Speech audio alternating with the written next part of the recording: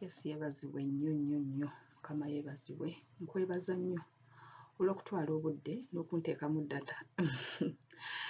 Amiina. Nze Miriam Jjumba nkwanirizza nnyo mu linnya lya Mukama waffe Yesu.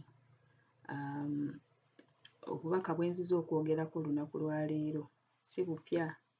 Nze nange simanyi lwaki Mukama waffe ensonga eno akyagitaddeko eriiso. Nze ndi mubaka bubaka n'olw'ensonga eyo nja kukola Mukama wange kyantumye okukola. Obuweereza bwange obw'omwoyo, sigamba bwa mubiri naye obw'omwoyo, mainly buli eri kkanisa n'amawanga ag'enjawulo. So ky'ova olaba ebintu ebisinga bye njogera ku YouTube channel eno ne ku platforms endala ze mbeerako zikwatagana ku kkanisa. Mukama we yali yampita eri kkanisa, mubiri gwa Kristo mu nsi yonna, not just omubiri gwa Kristo mu ggwanga limu, nedda mu mawanga gonna okusinziira ye ky'aba ayagadde. Amiina.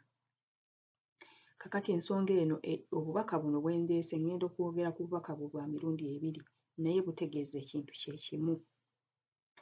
Nkijjukira nti vidiyo gye nasembyeyo okupostinga yali eyogera ku nnyumba, abasajja ababiri abajja okulambula ennyumba yange nga bakebera, nga bapima, nga bakola evaluation. Amiina. And I think partly it was in response to one of the prayers ze nkoze almost ebbanga eriwera emyaka egiwera nga nsaba Mukama mpime, nga nsaba Mukama ndage wa we ntuuse mu mulimu gwe yantuma okukola obuweereza obusooka n'obwokubiri. Amiina. Mukama waffe emmesegi eno yagyongeddeko wiiki ewedde. Ngenda kuyita mu bwangu kubanga message ziri bbiri ate saagala kumala budde bungi. Kaakati this time round nze nalabye we natandikidde okutegeera nga tuli mu kifo kyabadde boarding school, essomero ery'ekisulo, naye nga temuli baana nti ba student nti bato. Mwabaddemu abantu ab'ebika eby'enjawulo, emyaka egy'enjawulo, amawanga ag'enjawulo, ebifo eby'enjawulo nga boogera ennimi za njawulo, naye ffenna twabadde mu ssomero lye limu. Basically yabadde alaga omubiri gwa Kristo mu nsi yonna. Naye nze mu kulaba, mu kutegeera, ndowooza Katonda okwagala okukintegeereza mu bintu bye nsinga okutegeera yakozesezza boarding school. Amiina. Era nagenze otandika otegeera nga twebase bwabadde budde, sijja kubulira budde naye twabadde twebase ng'amadirisa maggale. Twabadde mu dormitory ng'amadirisa maggale, enzigi nzigale, amataala tekuli, nga ffenna twebase.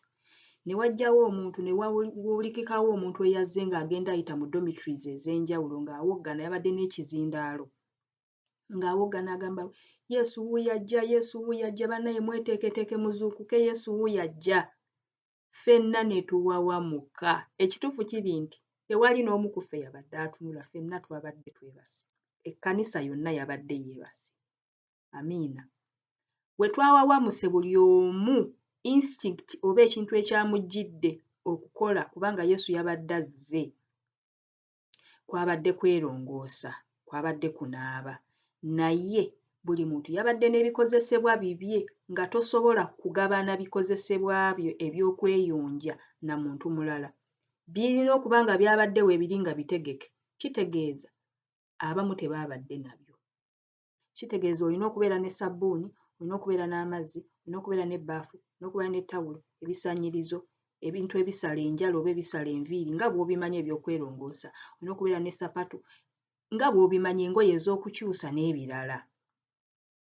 Buli omu yawawamuse mu tulo n'adduka emisinde kaabadde kayisanyo nga tolowooza na ku muntu akuddiridde, kubanga itwaza kugamba buli omu yakadde nga bw'okuyita akayisanyo. Mu Luganda ndowooza tukayita kayisanyo. Buli omu yadduse emisinde agenda anaabe. Nze nagenze okebera mu kapakeji kange ng'ebikozesebwa byonna mbirina okuggyako nadde sabbuuni yabadde yampeddeko. Naye mba mpita ku sinki emu sabbuuni ne mmulaba sabbuuni wange, ne mmukwata ne nziruka emisinde. Obudde jjukira bwabadde bukedde, it was late, kyentegeeza. Ekyabadde kituddusa nti obudde obusinga twabumaze nga twebase, bwe twabadde tulina okutunuliramu okulinda omugole. Omugole yagenze okutuuka nga twebase. Kati ono eyatuzuukusiza yatuyambye na buyambi kubanga ndowooza yali tuguddeko nga tukyali mu buliri tufuluuta. Kitegeeza bye twali tulina okukola twali tulina obikola ku sipiidi eya waggulu. Okunaaba nanaabye sipiidi, nalabye waliwo omuwala yabadde n'emyaka nga 16. Omuwala oyo ye yadde talina tawulo, nga talina ngoye zikyusa.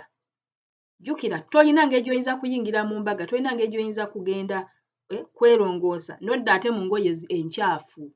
Abantu abamu nga tebalina mabaafu, completely nga talina baafu, abamu talina mazzi, abamu talina sapatu, abamu sapatu tezifaanagana. Banne kyabadde kizibu, kankinnyonnyole bwentyo, kyabadde kizibu.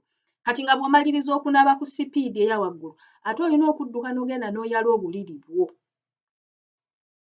Kankiddemu.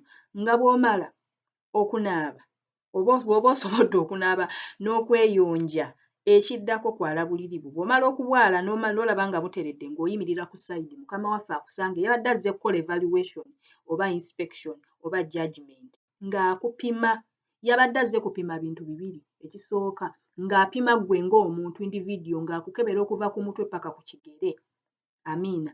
Ekyokubiri kye yabadde azze okwasesinga oba okwevaluatinga oba okupima emirimu gyo. Kati ekifaananyi ekyanzijidde emirimu, ekifaananyi ky'emirimu ekyazze kwe kwala obuliri, okulaba ng'obuliri bwe obwaze. Nze nsuubira nti ebintu ebyo bikiikirira obuweereza obw'emirundi ebiri. Obuweereza obusooka obuli wakati wo ne Katonda, enkolaganayo kwe kukebera ggwe individual ng'omuntu. Obuweereza obwokubiri bwe buli wakati wo n'abantu abalala. Amiina, ng'okubuulira enjiri, okugaba n'ebiki ebirala byonna byonna. Ekifaananyi ekyanzijidde kwe kwala obuliri. Kati byombi yabadde abipima, naye ng'asookera ku ggwe ng'omuntu then n'alyoka apima emirimu gyo. Amiina. Ekimu ku bintu ebyasinze okunkyankalanya nti bwe twazzeeyo mu domitry okwala obuliri okutereeza, ekisooka abantu kwegamba ekyatuyambye nti Mukama waffe bwe yazze teyatandikire ku domitry yaffe, yaliwo domitry gye yatandikiddeko, ne kituwaayo akaseera katono ennyo okusobola okwanguyiriza okwala obuliri. Amiina. Abantu ffenna twadde tetwaze buliri, kati nga buli omu ali mu kazisanyo okugezaako okukola sipiidi Mukama waffe agenda omutuukako ku kitanda kye ng'ebintu abitereezezza. Kyanzijjukirako nze kye nabadde nkola, omufaliso gwange ekitanda kyange kyadde kiggwayo bulungi nga bye bipimo ebituufu, naye omufaliso waabaddewo akatundu akatono ennyo emabega w'enteeka ebigere nga omufaliso mumpiko.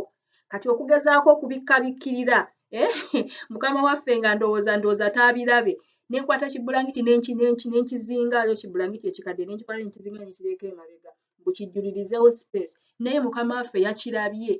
Amiina. Kati ekyokubiri ekyabadde mu kwala obuliri buno, okukola obuweereza buno obwokubiri, okugezaako okutereeza sipiidi, ekyokubiri ekyasinze okutawaanya nti twamaze ebiseera bingi nnyo mu kifo buli omu ky'okkola omulimu gwe nga tetuli mu kwekuba nkokola. Nzijjukira bulungi nnyo ebintu byabadde nga 3 ebyanguddeko. Natuuse ekiseera nga ngezaako kwala buliri kutereeza mulimu gwange, Mukama waffe ansanga at least nga nina kye nkozeewo, naye nga nfuna obuzibu ne banneiba nga kasita akulaba ng'oyala obuliri ng'ajja ng'asikawo essuuka ng'agisika, nga neiba yazze n'asika essuuka yange ebyaddala ng'ate talina, simanyi na lwaki yazze n'agisika, teyabadde ye, yabadde yange. Yazze n'agisika n'agisuula wansi n'atambula n'agenda, kwegamba ng'agezaako kundireeyinga. Jjukira ebintu bye twogerako bino biri mu kkanisa. Amiina. Ekyokubiri, omuntu ng'ajja n'akuyira kasasiro, akwata kasasiro we kubanga atidde nti Mukama waffe agenda musanga ng'alina kasasiro ku buliri bwe oba omusulo wansi w'ekitanda kye nga yafuka omusulo ne gusulayo ennaku nga guwunya, n'ajja n'abiyiwa ku buliri bwo. Kwegamba nga okola ebintu bibiri, gwe kennyini okola okutereeza, naye ate ng'olina okulwana olutalo okumakinga sure nti baganda bo abaali badde bakulumirirwa tebaayonoona ate mulimu gwo.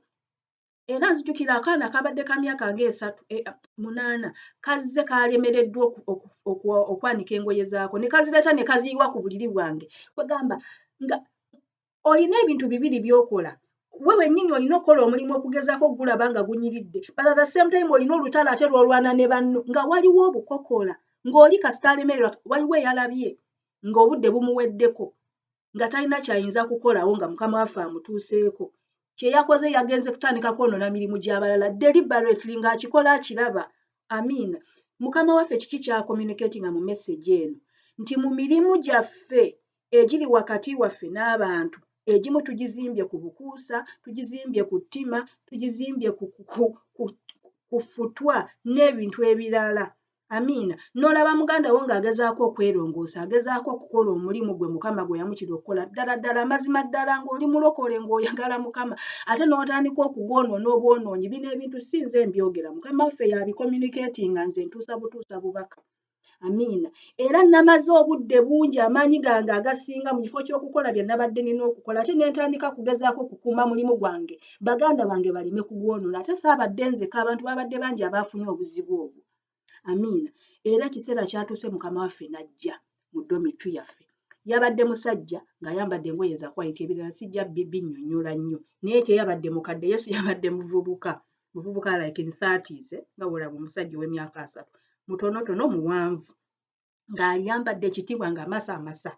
Yazze ne peeni n'olupapula, peeni n'ekitabo. Ekitabo kiri kyabadde nga checklist. Yabadde azze kebera bintu bibiri. Ekintu ekisooka ng'akebera gwe ng'omuntu. Yabadde n'akatooki nga kavaamu layiti ya white, nga kasita akakukubamu bw'ati, ne bw'oba olina ebbala nga liri eri munda mu ggumba nga livaayo. Nga kakebera, ng'akukebera asooka n'akebera eby'okungulu, enjala, enviiri, biki byonna byonna byonna n'akupima. Sapatu, ngatto, biki twala tugende. Oba olina akawoowo, weekubye akawoowo, wanyiridde, wawoomye, bwakumaliza n'akwata ebirowoozo byo. Nga tooki, simanyi engeri tooki gye yabadde ekolamu, naye ng'ejjayo ebirowoozo byo n'ebyanika bw'eti. Ng'ekuyingira ne wooba olina kye wakweka nga kikuli munda, nga nawe oyisa probably nga nawe tokimanyi, ng'ekikijjayo. N'akukebera mundayo, akupima okwagala kwo, ebibala eby'omwoyo ng'abipima, enkolaganayo naye, extent, depth, ng'abipima, ng'apima endowooza yo, apima ebigendererwa byo, okufumiitiriza kwo, attitude zo, obugumiikiriza, okukkiriza. Yabadde apima buli kimu, dimension zonna, ate nga tapapa, ng'akola mpola, naye nga waavudde taddawo lwa nsonga. He was thorough. Mu Luzungu wenyinza okkireeta. Mukama waffe yeebazibwe.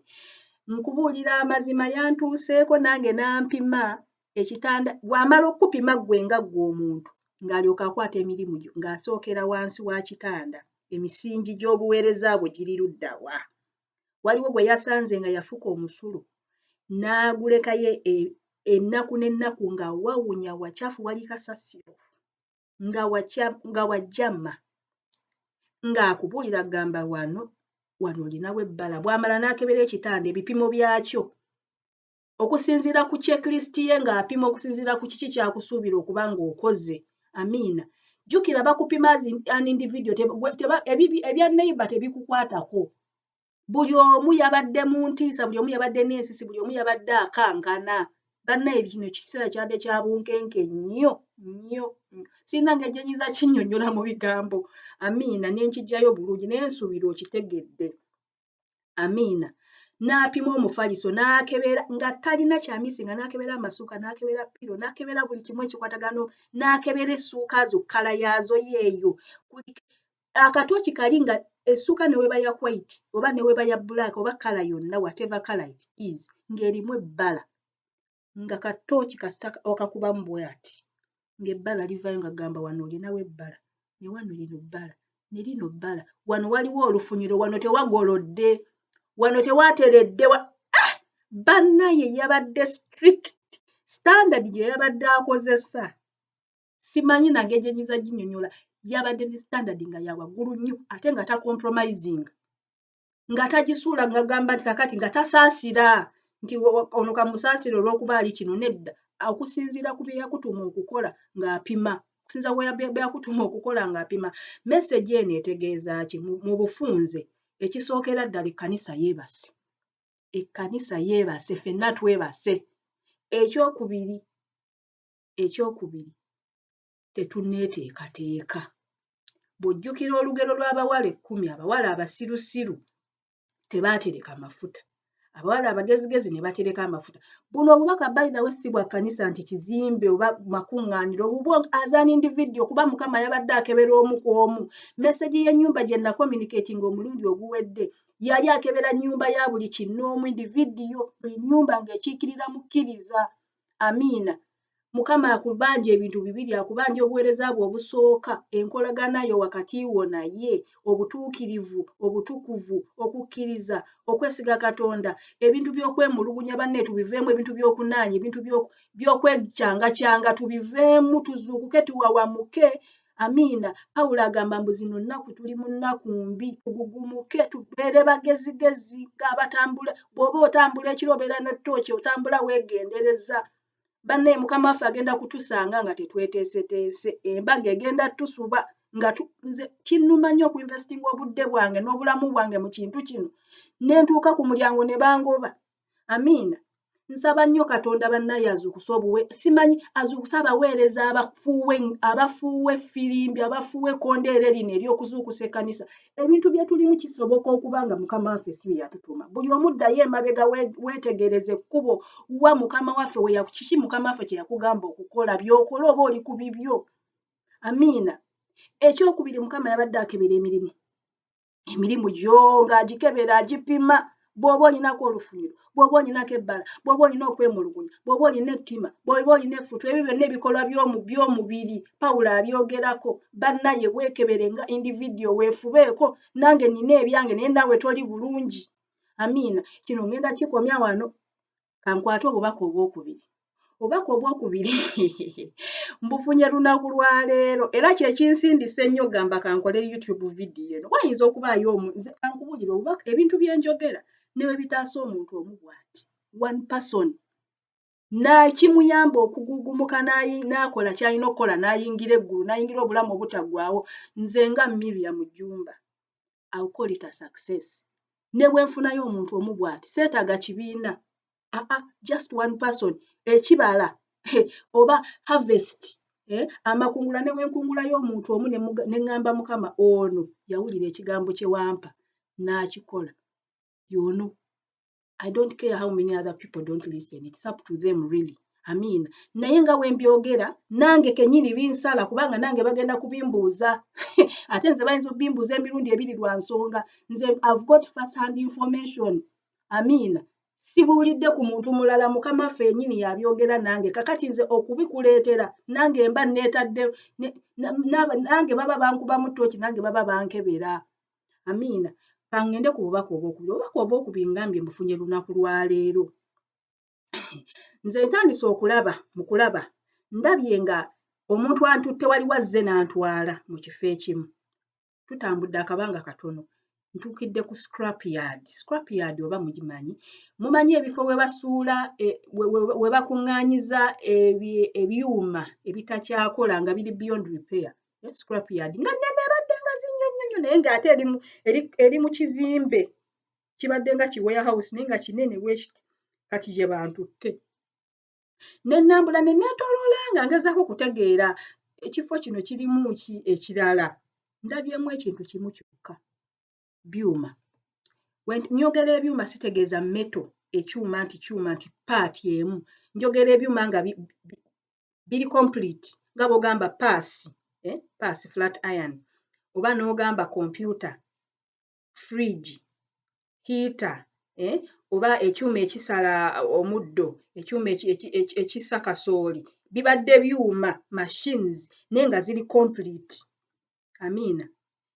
Nga tewali kyuma kifaanagana na kinnaakyo, buli kimu kibadde kya njawulo. Buli kimu nga baakikola with unique dimensions for a unique purpose.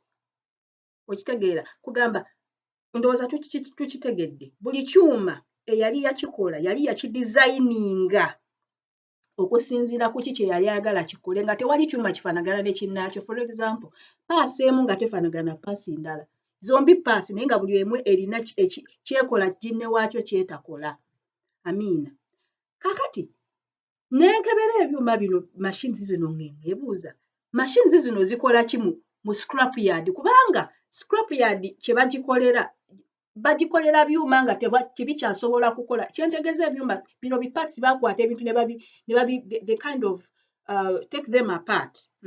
Babyawula nga tebalina kye bayinza nnyo bikoze okujjako kubirecyclinga ne babisuula eyo.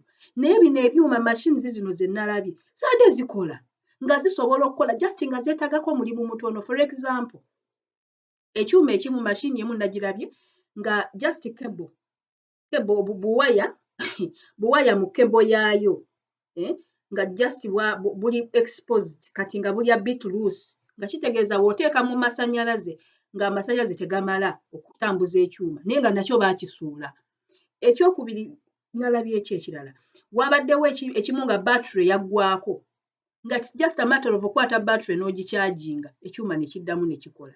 Ekirala nga battery yo yafa yo battery nga yo naye nga it's a matter of getting a new battery n'ogireplacinga. Ekirala kyabadde nga si tekirina kifu naye nga just kyetaaga kupaintinga cosmetically nga tekirabika bulungi nga nakyo baakisuula. Ne neebuuza ani ayinza okukwata ebyuma ebyetaaga akalimu akatono bwe kati n'abisuula mu scrap yard? Byabadde bingi nnyo nnyo nnyo nkugaye nga bijjudde ekifo kyonna nga birimu levels. Bye nasobodde okulambula tewali kyuma kye nalabye nga kyetaaga okusuula, tewali kyuma kye nalabye nga kyetaaga okurecyclinga, byonna byabadde mu working condition nga just obirefurbishinga ne kitereera. Amiina. Era nagezezzaako okutegeera logic ekintu kino kitegeeza ki? Omwoyo omutukuvu n'atandika okunnyinnyonnyola. Kino kye yayogedde ekisooka. Ebyuma bino mashini zino zikiikirira ekkanisa. Zikiikirira kkanisa. Kyova olaba wanjogera ekkanisa njogera individual.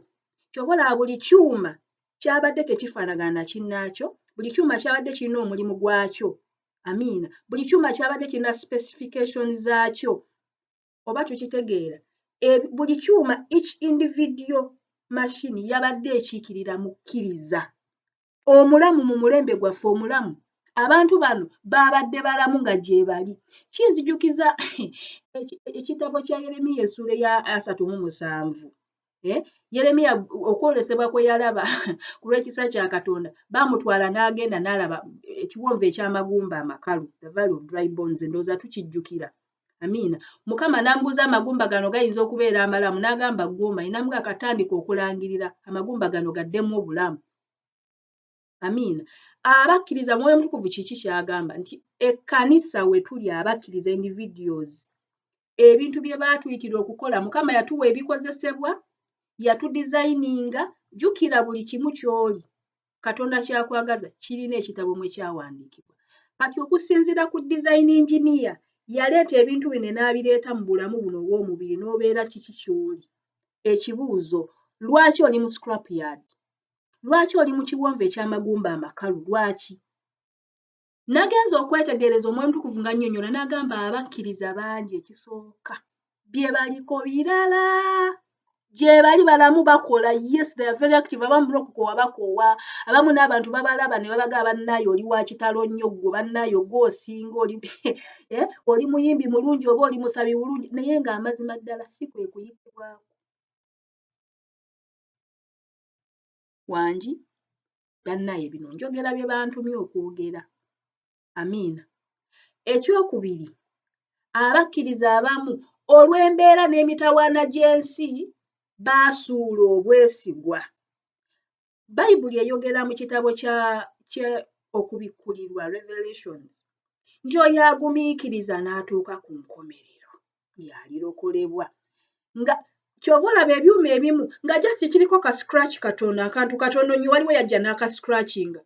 Omulokole n'ava mu bintu by'obuweereza okuweereza Katonda n'agenda mu kiwonvu n'agenda mu scrap yard naye nga yalikoze. Oba waliwo owooluganda yakwesitaza, oba omusumba yakwesitaza, oba omukulembezeewo, oba gwe kennyini wakoowa emmeeme eyo abantu tukoowa. Amiina. Emitawaana gy'ensi, emiyaga gy'ensi gyakukubaakuba n'okoowa. Bannaye mulokole Mukama waffe agamba vaayo mu scrap yard. Kino kye kiseera okwenyanyamulanga gwe individual. Ekyewuunyisa tewali agenda kukuggyayo mu scrap yard, gwe olina okweyamba. Ekisooka olina okutegeera nti wano wendi si we nina okubeera.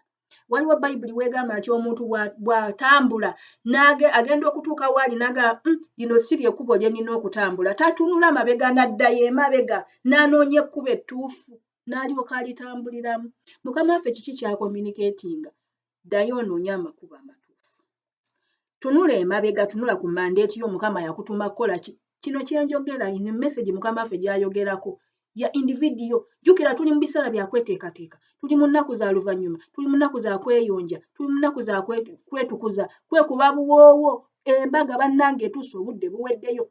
Message zonna ze mbadde njogerako the past 4 months zonna ziri ku nsonga y'emu kweteekateeka. Ensi y'omwoyo eri ku sipiidi y'amaanyi sayidi zombi. Ensi y'omwoyo eri ku sipiidi y'amaanyi sayidi zombi, ey'omulabe waffe n'eya Mukama waffe. Ebintu bidduka ku sipiidi naye Kkanisa yeebase. Abakkiriza buli omu ali mu bibye. Amiina. Mu kifo ky'okukola bye baakututumira okukola buli omu ali mu bibye. Bannaye nkulabula. Kuno okulabula Mukama waffe atulabula muzuukuke. Tokeeranga ku makya n'ogamba tebaakugamba. Amiina.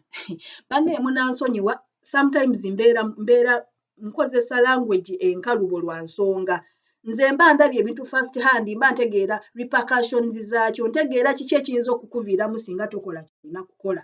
Amiina. Bagenda kukupima. Mukama waffe alina standard ya waggulu. Oba nkyogere ntya? Amiina. Ekiseera kya kuzuukuka. Ekiseera kya kwegendereza. Ekiseera kya kwenyanyamula kuva mu tulo kwenyenya weenyenye. Gwe kennyini weenyenye. Saba ekisa, kowoola Mukama ekisa akireete kikuggyeyo mu scrapyard gy'oli oddeyo mu kkubo ettuufu. Amiina. Amiina. Kaakati mmaliriza bwe nti buno obubaka bwakulabula. Eno message yakulabula. Egenda gye ndinze agyogera n'eri ggwe andaba n'ampuliriza. Message egamba ki? Ekisooka, va mu tulo. Ekyokubiri, weerongoose, weeteeketeeke. Bayibuli egamba watali butukuvu na butuukirivu teri aligenda kulaba Katonda. Teri aligenda kulaba Katonda. Va ku standard y'ekkanisa gy'olimu, va ku standard y'omukulembezeewo. Tutunulidde standard y'emu, omusingi gumu Kristo. Kristo ky'agambye kye tugenda nakyo. Amiina. Va mu kutunulira abanoga gundi nga gundi naye akikola nange kankikole. Mukama waffe agamba ki? Kubanga oyo omuntu naye agenda kuyimirira nga yekka mu maaso ga Mukama naye bamusalire ebibye. Amiina. Katonda waffe alina ekisa n'okusaasira, akyatuwaddeyo akadde. Ky'ova olaba ofunye omukisa okuwulira message eno. Naye obudde tulina buno. Amiina. Maliriza bwe nti Mukama waffe akumpeera omukisa, Mukama waffe akuyambe nga nange bw'annyamba bannaye tweteeketeeke. Obubaka buno bw'oba osobola bufunireyo omuntu gw'osuubira nti anaabuwuliriza n'abutwala ng'ekikulu. Amiina. Weeteeketeeke, zuukuka, golokoka, wenyanyamule, weerongoose, weetukuze, weewoomye, embaga etuuse. Obuweereza obwokubiri, yingira mu nkolagana ne Mukama waffe ey'ebuziba. Amiina. Totambula tokwata kigere ekyo kukiggya we kiri nga Mukama tamaze kukyapuruvinga. Ebintu ebimu sitaani ennaku zino nze mbirabyeko, ebintu ebimu mbyogera out of experience, nange bintomera. Amiina. Nange bintomera. Naye nze nagamba ekintu kimu, bwe nneesanga mu kkoona ŋŋamba Mukama ekijja kijje sita. Ekijja kijje sita, nange nneekaza ne ŋŋamba Mukama bw'oba ondokola ndokola, bw'oba tondokola ŋŋenda kusigala wano, sigenda kuvaawo. Sigenda kuwanika, sidda mabega. Nze nasalawo obulamu bwange nabuwaayo, naziika obulamu bwange sikyalina kyange. Amiina. Njagala ofe eri obulamu bwo, njagala Katonda waffe ayagala ofe eri obulamu bwo, ayagala ofe eri ebirooto byo, obe ng'otunulidde Kristo yekka. Bw'otaakikole, wano awaddako togenda kusobola kuyitawo. Amiina. Tojja na kusobola kuwaayo obulamu bwo singa babukusaba ne bagamba either kino oba kino. Okola otya? Tolina ngeri. Ebintu bino byeteekateekamu bweteesiteesi mpolampola, Mukama agenda abikuzimbamu buzimbi. Amiina. Si byakuseeyeeya. Enkomerero gulu, we don't give up. Tetulekeraawo, tetuwanika, tetukita. Mukama waffe akumpeera omukisa. Nze Miriam Jumba. Bye bye.